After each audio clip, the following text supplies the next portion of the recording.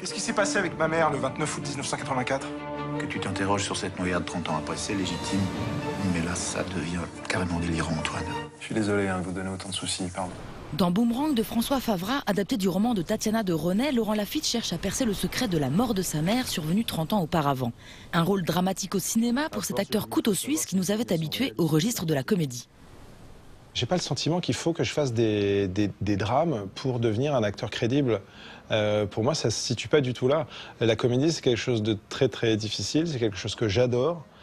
C'est dans mon ADN. Je sens que à la base, je suis un comédien de comédie. Et je pense après que, j'allais dire cette qualité, j'en sais rien, mais en tout cas, cette particularité peut être intéressante dans le drame.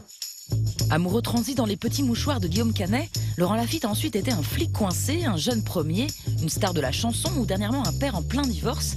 Des rôles tenus dans les films grand public pour ce touche-à-tout pensionnaire de la comédie française. Son école, c'est le conservatoire, mais ses armes, c'est Seul en scène qui les a faites. Enfin, ses vrais débuts, c'est un sitcom dans les années 90.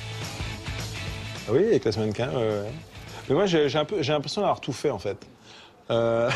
J'ai fait des téléfilms, j'ai fait des sitcoms, j'ai fait du théâtre, du subventionné, du boulevard, du one-man show.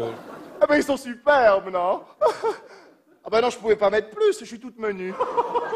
Le one-man show, ça m'a rendu libre, en fait. Parce que c'est quand on est comédien, évidemment, on est tout le temps dépendant du désir des autres, de ce qu'on va imaginer pour nous. Mais j'ai pris moins de plaisir que quand je joue avec des partenaires. C'est comme quand vous faites un beau voyage et que vous êtes seul. Vous voyez des choses magnifiques, mais vous pouvez les partager avec personne, vous ne pouvez pas commenter ce que vous voyez. Et voilà, c'était un peu ça. C'était en même temps super et en même temps un peu frustrant. Le solo n'aura qu'un temps puisque c'est vivre en troupe au théâtre qui passionne Laurent Lafitte. Peut-il regarder au théâtre ce soir et vers 20 ans, coup de foudre pour une mise en scène d'auteur classique? Au départ, l'image que j'avais du théâtre, c'était le théâtre de boulevard, puisque je le voyais à la télé. Et ça me faisait beaucoup rire, déjà. Certains, pas tous, mais il y avait des personnalités, des natures d'acteurs que je trouvais formidables. Et Michel Roux, Maria Pacôme, Jacqueline Maillan. Ça, c'était vraiment mes trois préférés, quoi. Le premier choc, ça a été la mise en scène d'Hamlet de Patrice Chéreau. Et là, j'ai découvert un univers que je ne soupçonnais pas. J'étais habitué au théâtre de divertissement, au théâtre bourgeois, et là, j'ai découvert une écriture, évidemment, Shakespeare. Voilà, je me souviens de l'arrivée du spectre à cheval, ce décor sublime. Je me suis dit, ah oui, donc en fait, c'est infini, en fait. C'est pas juste un escalier avec un lustre, des portes qui claquent.